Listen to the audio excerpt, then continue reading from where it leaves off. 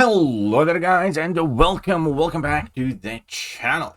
So, we're carrying on with the champion ranking series. There have been a ton of videos to make and I still have plenty to do, but this cannot be delayed any further. This is going to be the fourth video in the ranking series. That means that tomorrow, in a few hours, hopefully in the morning, I will be releasing all classes ranked video. But first we need to finish with the 2025 champions, the better half, the best champions released this year. And before we go any further, obviously the mandatory disclaimer, because these are a mixture of my thoughts and current game relevance and trends. I do generally value the competitive play more than anything else, because I have long held since an opinion that if a champion is good for the competitive game modes, more than often or most of the time, that champion is also going to be good just about everywhere. And the competitive game modes are the ones where losing matters. That is best to be explained that anywhere else in the game you can win eventually. As in, if you bring in the wrong champion, you can revive through, you can pick another champion, or you can use suboptimal counters need be, but eventually with enough grit and determination you can get just about any path, any fight down, be that through revives, be that through adjusting your choices and testing out new things. And therefore most of the champions, or almost all of the champions that are released today, are good at some things, and you can find reasons and purposes, and you say like, this champion's awesome, I did that with him. Yeah, sure. But ultimately there are some champions that we as a community value higher than others, and they are the champions that we use when losing matters.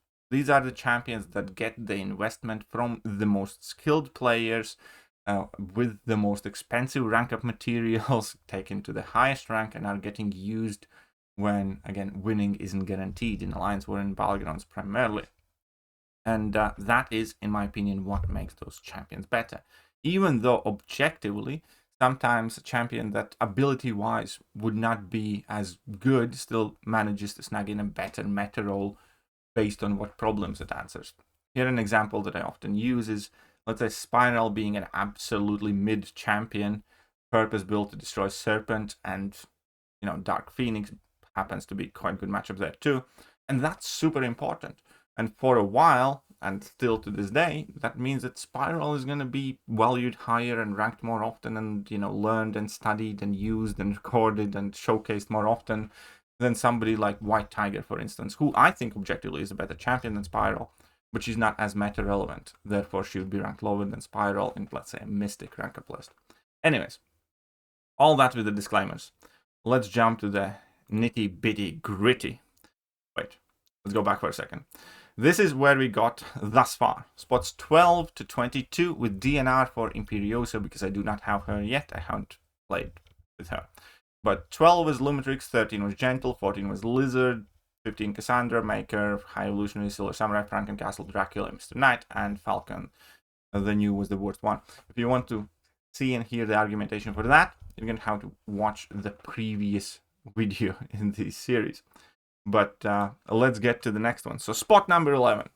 Spot number 11, no surprise to many people, I'm giving to Bastion. And here's the thing, regardless of what I say on the champion, I have been declared to be a Bastion hater. I don't hate him at all. My official stance on the matter is he's amazing, amazing Alliance War champion. My official stance on that also states, however, that he's good in Alliance War. It's good enough if a couple of people in the team have him ranked. Not everybody needs to have access to him at all times. But besides that, I do think he's gaining stock. To be fair, I could actually see myself maybe putting him slightly higher in a month or two, but recently, in the last couple of, last month or so, you can completely agree that he is gaining value also in the Battlegrounds, because he can do Captain Britain relatively well. Obviously, he's serviceable against a handful of other options, but the problem with Bastion is just about every fight that he does, for most part, he doesn't do at the peak and the top. And I know. I'm hearing the comments already. But from my personal experience and from what I mainly see, most of the time when opponent uses Bastion, and I see the results of those fights, they're not great. So either everybody who's using Bastion, or like 98% of the people who have used Bastion against me, are quite bad with Bastion, or Bastion is not as good as some people make him out to be. Yes, of course, he can take Onslaught in Battlegrounds. There's a whole bunch of champions who can do it better and with less chip damage and less this and less that. And the same goes for most of the fights he does. Right now, he's kind of answering to the correct things, but he's not it either. The best way, like, quite often, in many instances, for instance, if my opponent drafts Bastion, I'll still draft a champion that Bastion is supposed to counter, knowing that I can outspeed that fight, or I'll take less chip damage, so on and so forth. So there is value in what he does, and he's amazingly good for Alliance War for sure. He's quite good for other stuff outside of the game too. He's not as good as people make him out to be in Battlegrounds, for sure. Therefore, I think spot number 11 is fair. But, you know, go on. Hate away in the comments. Besides that, spot number 10, I'm going to give it to Yelena. Yelena, when she was released, you know, one of the highest prestige champions, a massive, massive pain on the defense, and that has quieted down a lot. Because as it turns out, there's a whole bunch of champions that do her quite well. Like, more and more people have discovered some random fights. For instance, World by Night, quite good against Yelena, and then there's going to be, you know, you can do that fight to Spider-Woman. That's another hit to her, like, while you're in defense. And then, you know, there's obviously Jean Grey, Onslaught, and I know Deadpool X-Force lurking around a lot. And then, on top of it all, Okoye runs through her. And basically, as soon as people kind of got confident and comfortable with dexing her level 2, the fight became significantly easier and faster. And it is nowhere near as dangerous as it used to be. She still obviously demands respect and defense, and she is a champion that you have to kind of like count and account for when you build your deck. And that is that level of tier as a defender that, you know, is, if not the highest tier of defenders, but that is that tier that, you know, demands respect. As a design, I don't like that Kabam's approach that they have taken with champions like Captain Britain, Dark Phoenix, and to an extent also Yelena Belova, because without a counter, there's just nothing you can do.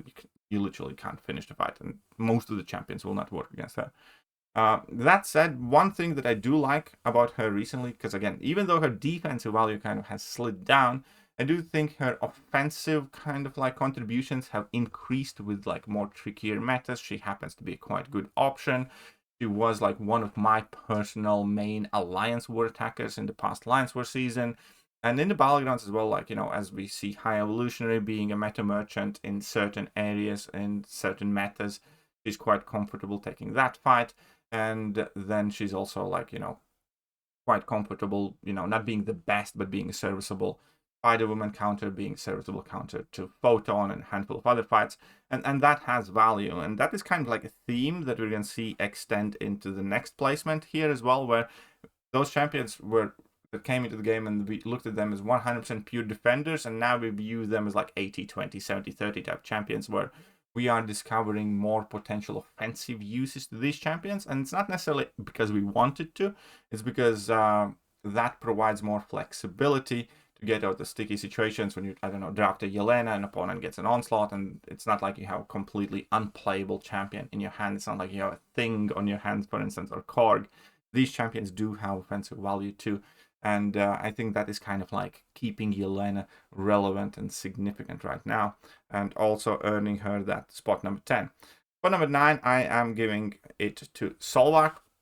Solvarch is a champion that is increasing in value by the day. That's quite simple to say it.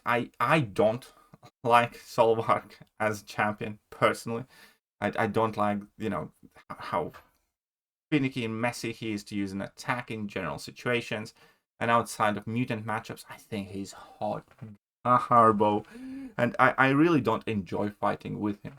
But fact of the matter remains that he is one of the more capable tech defenders that really started flourishing mainly in the regen meta, where you can't, you know, reverse his regeneration. And then past that, people realize, hey, it's not that easy to fight this guy, because, you know, he can inflict chip damage, that increased power gain can be a problem. You can't use energy damage champions against him, so that kind of like limits the counters further. And he has become like one of the most capable tech defenders all the time, whilst being a competent offensive option against mutants, especially Captain Britain. And that right now has a ton of value.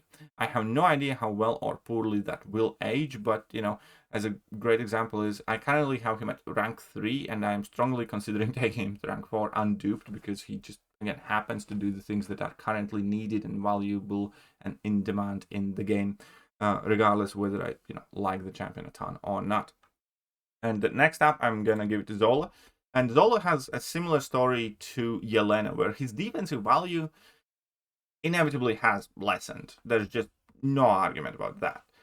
The longer he's in the game, the better we are at fighting against him, the more counters do arrive, and the people discover more matchups and more options and know exactly which champion, can and cannot do Zola well and learn the matchup. And that is kind of like the story life of almost all the defenders in the game. Because the defender, when Kabam release a new defender, they are at the peak of their powers and they're most dangerous the day they are released, when nobody knows how their animations look like and so on and so forth. And then for the first couple of months, they're still incredibly dangerous, much more so than they normally would be, because people haven't learned all the ins and outs and interactions with these said defenders. And eventually the time passes, and then he's not as scary as on defense. But that, in Zola's case, yet again has come with more offensive versatility. And it turns out he's like, capable attacker. He can do this fight, he can do that fight. He's like very good against Jean Grey and can, finish that fight off well. And then, he's serviceable against quite a handful of opponents. And that kind of like brings it all in a balance a bit more. And that is what I think has happened to Zola, and it's unquestionable that he's like still one of the more wanted tech champions, still one of the more scary defenders that, again, you do need to account for, you do need to plan for, you do need a counter, because without a counter you can have a very bad time fighting him. Relevant on defense in Alliance War still absolutely is, and across the game, he is the champion that you look for, he's the champion that you do rank, and he's the champion that you do use a ton. He's no longer an auto draft and placement on defense, for instance, because again, Karolina, Thanos, and then Spider-Woman can do this fight quite well, and then there's Stark and Spider-Man lurking around, and there are enough counters. So again, kind of like have to be wise as and when you do use him. But he's one of those champions that you do want to have access to, and you do want to have the ability to throw down on defense, or in a pinch, get some value out on attack as well. So that's how I look at Zola right now. Moving on, and next 7 champions, I think, are the tippy top. I think the next 7 champions kind of separate themselves in tier thus far. And I'm putting Mystic Spidey, Pavitr as number 7. Part of the reason is because I lack my own kind of like specific hands-on experience. I do have him as 7-star rank 4, but I can't say that I'm like the best user of the guy. I can't say that I have like mastered him or used him enough yet. But he's a Mystic champion that effectively answers all the cosmic threats right now, and does have a somewhat decently good matchup spread. It's not insane, it's not crazy like Shatter does. And let's face it, and whether you like to admit it or not, Shatter does have significantly higher matchup spread. Here we go with Pavitr. However, him having that 23 there, with specializing in neutralizing the most dangerous cosmic threats, I do think there's plenty of value there. The fact that obviously he annihilates the cosmic class, but he's also fine against, let's say, MODOK. He's fine against Sinister because of the burst and not relying on dots. He's going to be good against Gentle, which is fine. Run through most of the Mystic class himself as well, including Nico, which currently is a defensive problem. And then you can play it on Bullseye with him, for instance. That still holds quite a bit of value. And obviously there's still the Nick Fury, and yeah, he's quite good. He doesn't have the most defensive value, albeit he does have some with that evade, especially whilst he's still settling in the game. Therefore, I currently feel he's spot number 7. That could change with a bit more time passing, absolutely, as often these rankings do, especially if there's like something else that he gets, if there's a new defender that he's like very good against, for example. But I think, number one, the 6 champions ahead of him have had more time to prove themselves, therefore it's kind of like easier to be more confident in ranking them. And I also, on a personal level, kind of do have more idea of what these champions' limits are. So this, if you do question this, I'm not even going to argue too much. It's just what I currently see him, but that obviously could easily change as I get more comfortable with him. Spot number 6 is Karolina Dean. Karolina Dean is crazy good. She does have a very wide matchup spread, which is always amazing. And she does plenty of those fights well fast, and she has a versatile playstyle where, yes, it is finicky when you need to learn how to work with the sun, but the most important thing is that you also need to understand that the sun will always try to help you. It's going to try to move in the direction that you are moving at a time when the previous ray of sun expired. And once you kind of get that and get the practice in, she's a fantastic champion to have access to. And again, she's, random fights that you wouldn't necessarily think that she's quite good against, she does them well. For instance, she's good at nuking things down. She's serviceable Captain Britain counter, not the best, but by far and away not bad either, because you barely have to touch the Captain Britain. And then she runs through the entirety of tech class with like the exception of Penny Parker because of the incinerate immunity. And I actually don't know how well she would do against Solvarch, because Solvarch apparently has been bug fixed, but we'll leave that discussion for a bit later. Red Skull's also a bit tricky, which is a bit annoying. But other than that, she does amazing. Again, she's serviceable against the Yelena. She's quite good against that matchup. That's very nice. She's decently good against Thanos. She's quite good against Bullseye. And you can go on and on and on and on. And that is part and essence of her unique playstyle and the glancing, because you can mitigate a lot of defensive threats while her glancing. And then, again, the passive power gain, that, unique playstyle. She kind of reminds me of like updated newer version of Hyperion, who, by the way, Hyperion is making a comeback himself and becoming more relevant with the special 3 skip and compared to game modes. But overall, I can't say enough good things about her. People who say that she's this and she's that, I do think are sleeping and missing out. At the same time, I do understand that not every playstyle is for everybody, and if you don't enjoy the champion, you shouldn't necessarily be forcing yourself.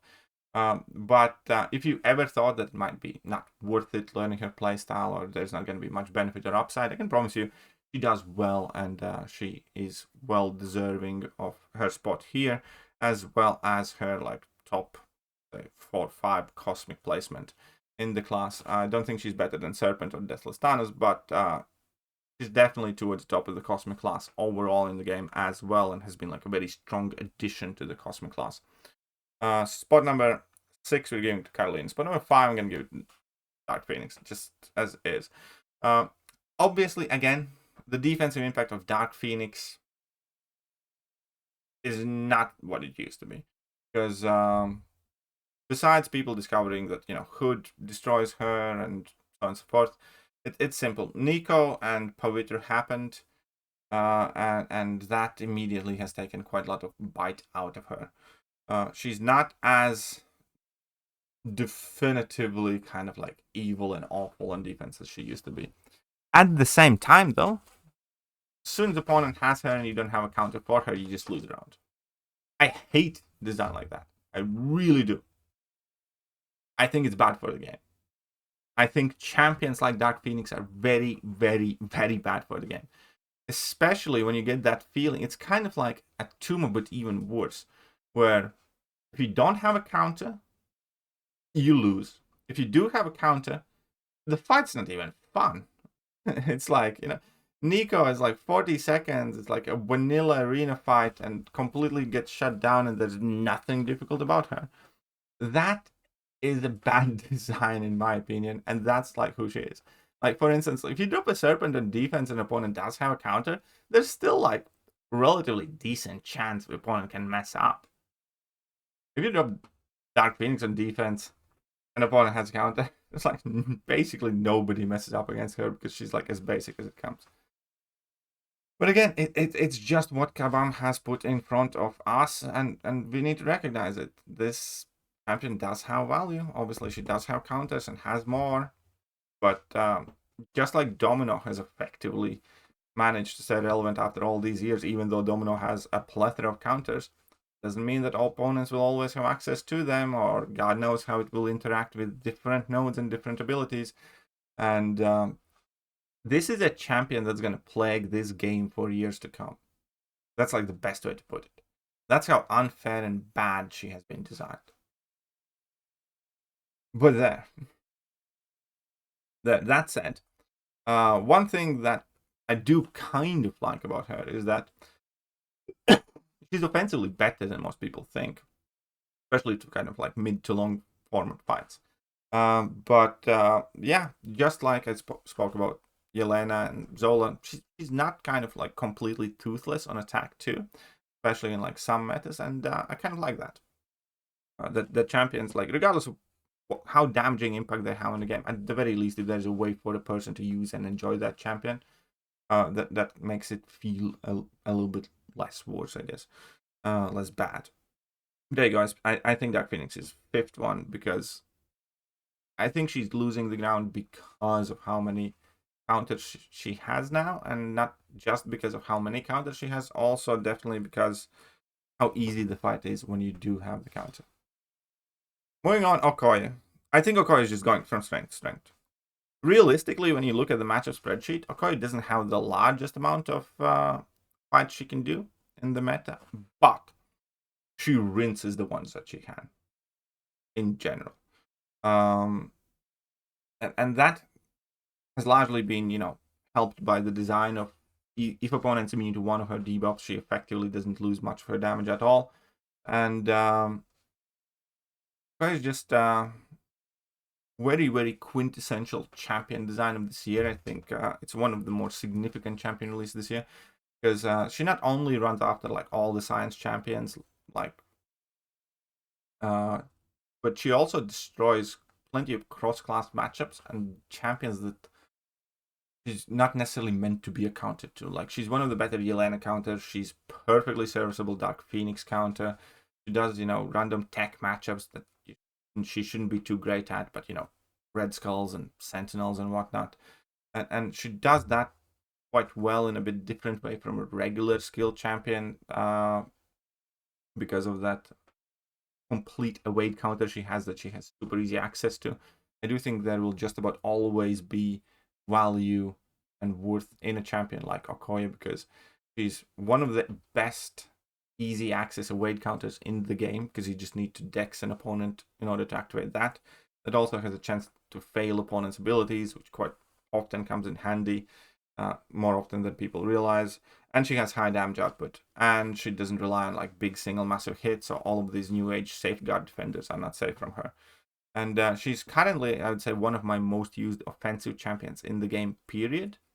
And I think that does say a lot.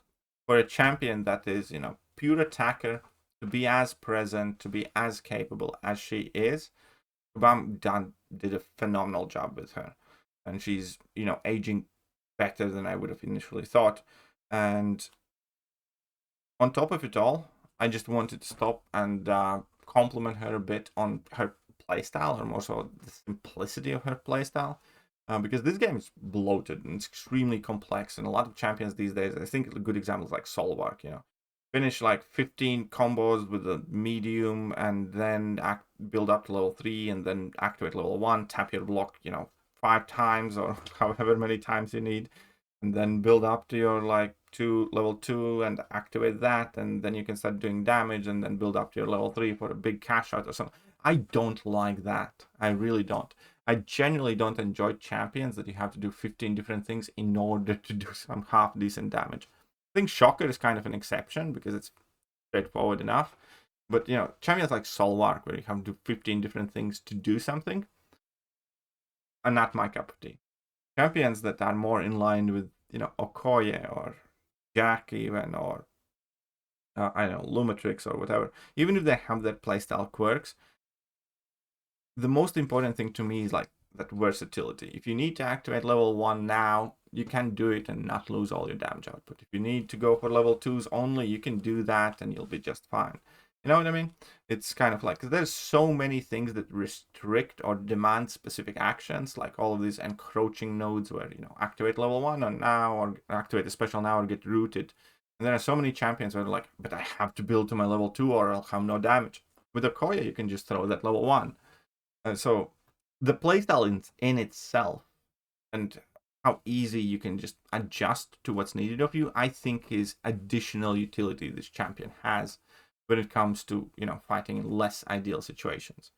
As I just said, with all of these, you know, timed and encroaching nodes, or all different, you know, timed and champion abilities, or the fact that you can utilize that to push opponents to specific bars of power, there's a lot of value having freedom in choosing how you want to use a champion rather than doing that one specific thing that Kabam designed you to have to do. And that's why I like Okoye so much. Next up, Jean Grey. Second best mutant in the game.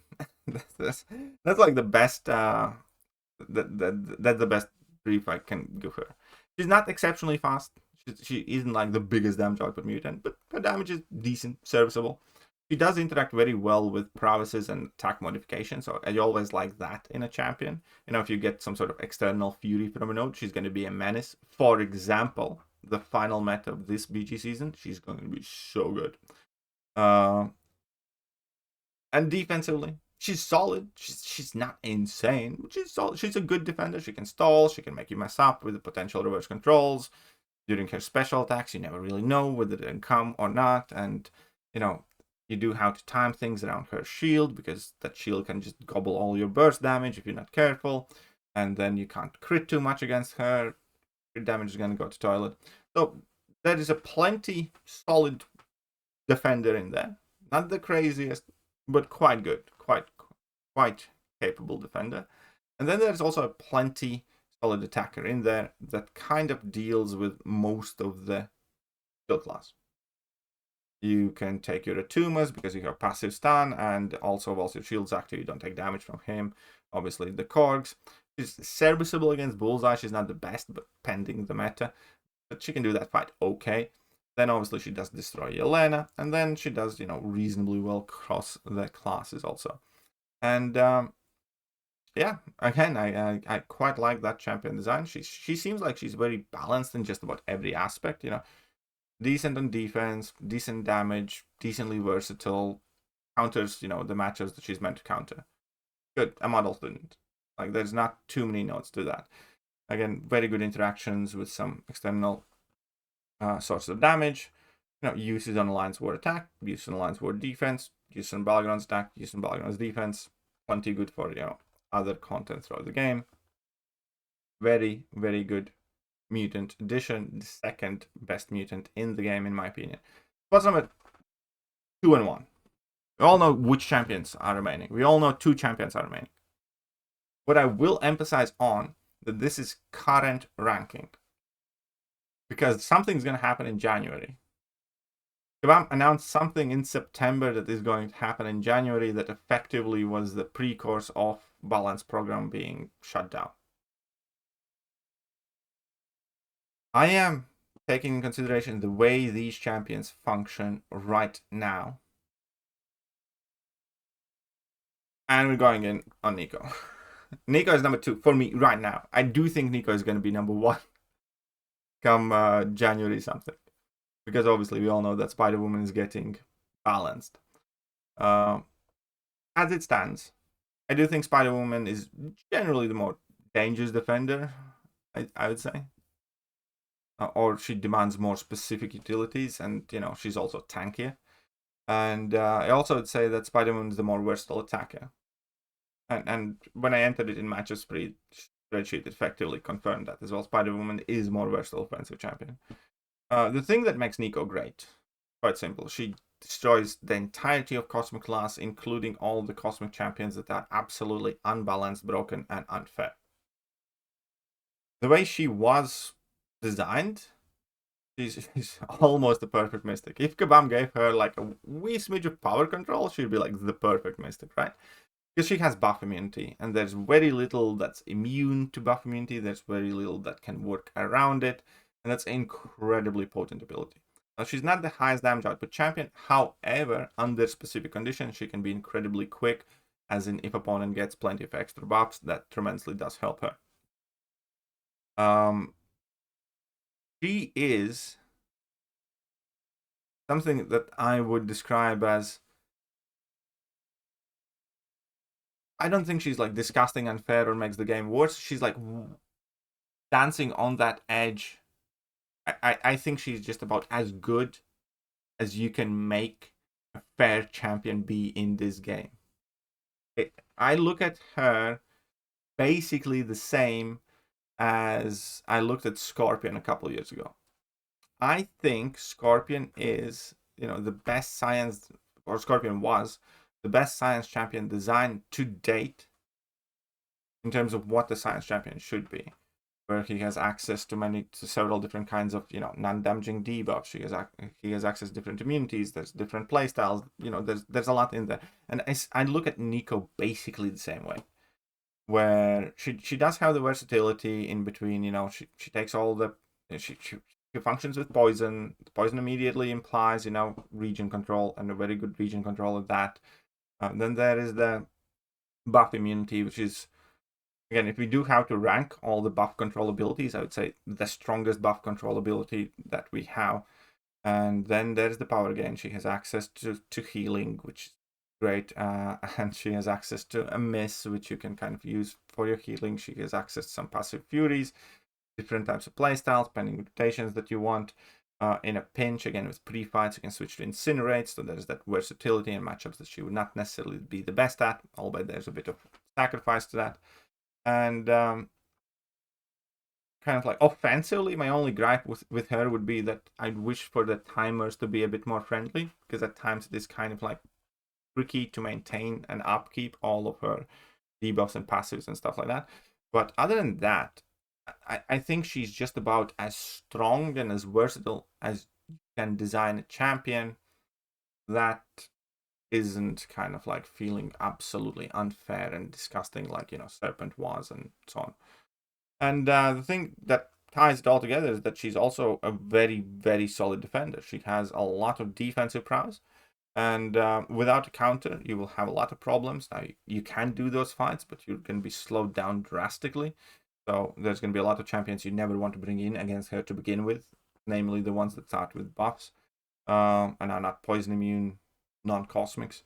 So there is a plenty viable list of champions that would do well enough against her in a vanilla circumstance, but you put nodes on that, and again, obviously that list shrinks, which is, again, I think it's more in line to what I think a good defender should be on defense, where it's not like, you need these 2 or 3 specific champions in a game to counter somebody, where it's more like bring in anybody that's poison immune and doesn't, rely on this and that, and that's it. And that immediately gives you like a chunk of, 30, 40 champions in a game, 10 of whom are going to be relevant in meta that can do the fight. And that's what Nico is. You do need a specific type of champion to fight her, but it's a fairly open defender still. And yeah, there you go. That is Nico. And I think the best champion of the year, Spider-Woman. Also, just so happens to be completely unbiased, I think my favorite champion of the year up until now. We'll see what happens when she gets changed. And there is a ton to like about her. I like the fact that she's a science champion that takes the unorthodox approach of actually not being afraid of fury buffs and buffs in general. So I do like that, because that's kind of rare. But again, there is the poison and neutralize immunity. There's the evade and defensive value, where you have to play in very specific manner against her. I do like that.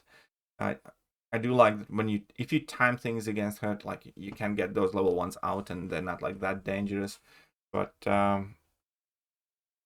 yeah, I think currently there are only that many science champions that are operating at their best and are like meta relevant. And I think Spider-Woman is one of them. And I do think Spider-Woman currently is a top 5 champion in the game. I don't know where she's going to end up after the change. I don't think she's going to fall down drastically, but I do think it is going to leave an impact.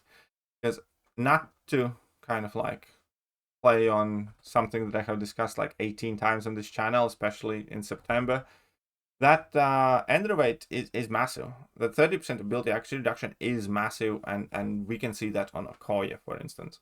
Because it's not that you can reliably switch off an ability, it's more so that in today's day and age, there are so many abilities and so many nodes that those 30% will eventually and inevitably switch off some significant abilities. And there, the best example again is the Dark Phoenix find. The 30% ability to switch off the No Flame, or switch off the Immortality, or switch off the Fury to lessen the block damage, or switch off this and switch off that.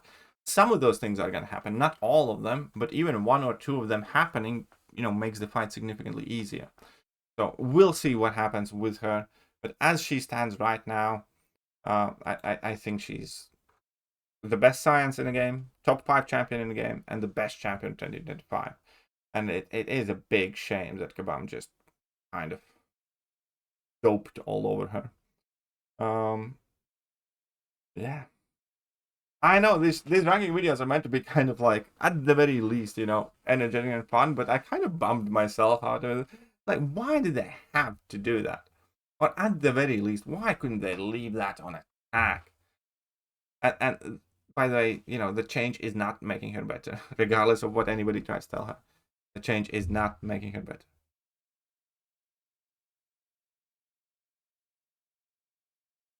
Oh well. My poor baby. Anyways, that's it for now. And tomorrow we're talking about class rankings. I'll catch you guys soon. Bye-bye. Hello there, guys, and welcome back to the channel. So we have all the information about